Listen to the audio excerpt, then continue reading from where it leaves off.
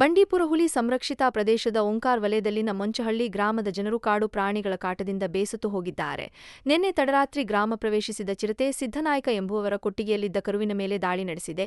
ಈ ವೇಳೆ ಕರುವಿನ ಚೀರಾಟ ಕೇಳಿ ಅಕ್ಕಪಕ್ಕದ ಜನರು ಕೂಗಿಕೊಂಡಿದ್ದಾರೆ. ಈ ವೇಳೆ ಗಾಬರಿಗೊಂಡ ಚಿರತೆ ಅಲ್ಲಿಂದ ಕಾಲ್ಕಿತ್ತಿದೆ.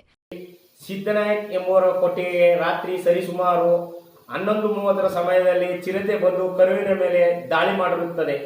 ಅಕ್ಕಪಕ್ಕದ ಮನೆಯವರೆಲ್ಲ ಸೇರಿ ಕಿರುಚಿಕೊಂಡಾಗ ಬಿಟ್ಟು ಓಡಿ ಹೋಗಿರುತ್ತದೆ. ಇದರಿಂದ ಅರಣ್ಯ ಇಲಾಖೆಯವರು ಎಚ್ಚೆತ್ತುಕೊಂಡು ಕೂಡಲೇ ಚಿರತೆಯನ್ನು ಸೆರೆ ಹಿಡಿಯಬೇಕೆಂದು ಈ ಮೂಲಕ ತಮ್ಮಲ್ಲಿ ಕೇಳಿಕೊಳ್ಳುತ್ತೇನೆ. ಮತ್ತು ಮಾನವ ಪ್ರಾಣಿಗಳ ಸಂಘರ್ಷ ದಿನೇ ದಿನೇ ಹೆಚ್ಚುತ್ತಿದೆ. ಜಮೀನುಗಳಲ್ಲಿ ಆನೆಗಳ ಉಪಟಳ ತುಂಬಾ ಜಾಸ್ತಿ ಆಗುತ್ತದೆ. ರೈಲ್ವೆ ಬ್ಯಾರಿಕೇಡ್ ಅನ್ನು 10 ಕಿಲೋಮೀಟರ್ಗೆ ಮಾಡಿದ್ದೇವೆ ಎಂದು CF ರಮೇಶ್ ಕುಮಾರ್ ಅವರು ಹೇಳಿದರು. ಈಗ ಅದನ್ನು 5 ಕಿಲೋಮೀಟರ್ವರೆಗೆ ತಂದು ನಿಲ್ಲಿಸಿದ್ದಾರೆ.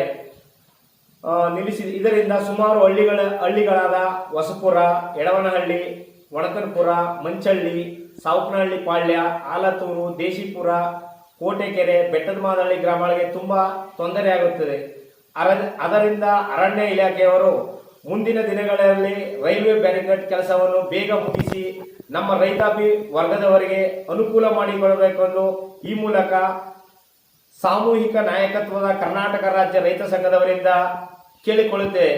ಮತ್ತು ಇದೇ ರೀತಿ ಮುಂದುವರೆದರೆ ಮುಂದೆ ಉಗ್ರವಾದ ಚಳುವಳಿಯನ್ನು ಮುಂದಿನ ದಿನಗಳಲ್ಲಿ ಬಂಡೀಪುರದಲ್ಲಿ ಹಮ್ಮಿಕೊಳ್ಳುತ್ತೇವೆ ಎಂದು ಎಚ್ಚರಿಕೆ ಸಂದೇಶವನ್ನು ಕೊಡುತ್ತಿದ್ದೇವೆ.